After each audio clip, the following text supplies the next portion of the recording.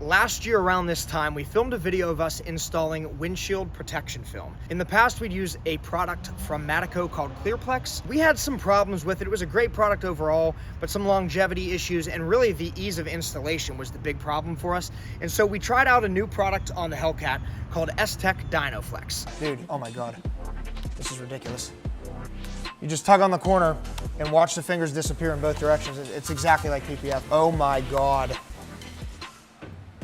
I've never seen a product literally change, like the whole, everything that is revolving around windshield protection up to this point has been absolutely miserable to install. DynoFlex is what is still on here, and basically we want to give you a 1-year update and let you know what has happened with it since we've installed it. First thing we noticed with the DynoFlex was the ease of installation. This stuff is made to be installed more like a paint protection film, which means no heat. It cut our installation time down significantly, and because of that, we were able to get a cleaner installation with less sort of stretch marks and scratches and things like that that you might have when you're sort of fighting with those other films that have more of a hard coat to them. As a result, we've ended up with some pretty good protection. My opinion on does it work as a product to protect the windshield is that it's very good. We took this car on a road trip across the United States.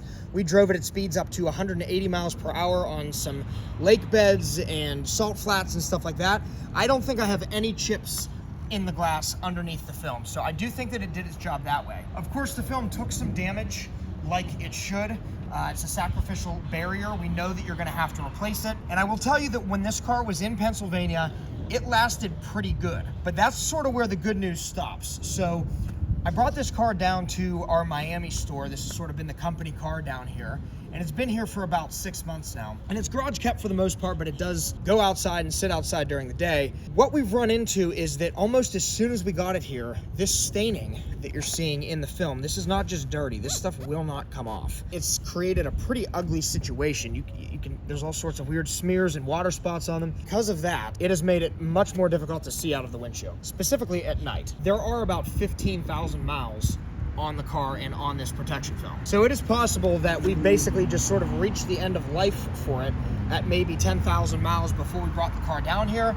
I don't really know. The other big problem is that even if everything I had to say about this was excellent, we can't get it anymore. S-Tech just randomly decided that they are going to stop selling this product. They didn't really give us any answer as to why that's happening, other than they're having manufacturing problems, something to do with like a distortion in the adhesive somewhere. I would say there's sort of a distortion through the whole thing. It's definitely not as clear as the Clearplex film is.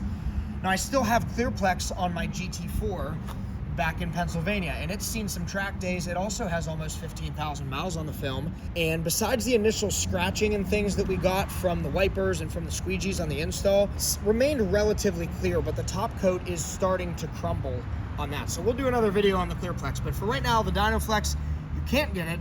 And if you live in a climate that is, I'm thinking hot or near saltwater, we haven't really figured that out yet, but whatever it is, it's not really a good option. So what we're gonna do today is remove this film. Regardless of if it was a product problem or a location problem or whatever, it's become really difficult to see out of this thing, specifically at night. The headlights are starting to get like really blurry, elongated, whatever you want to call it. It's got to come off. That's what we're going to do. So we're also going to show you how the removal process is with this. It's the first time removing it for us. All right, yeah, so it's coming off pretty awful. Or at least it was in a bunch of little pieces, which is like worst case scenario. I have removed Clearplex. It does not do this.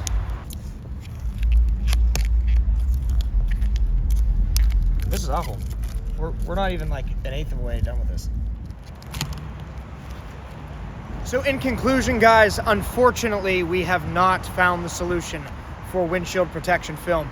It seemed like we might have, but there's just too many problems with this film, and you can't get it. I still don't love the other products on the market, so there's a massive opening for windshield protection. Next one that comes out, we'll have to give it a shot and let you guys know what we think. Thank you very much for watching. We will see you on the next one.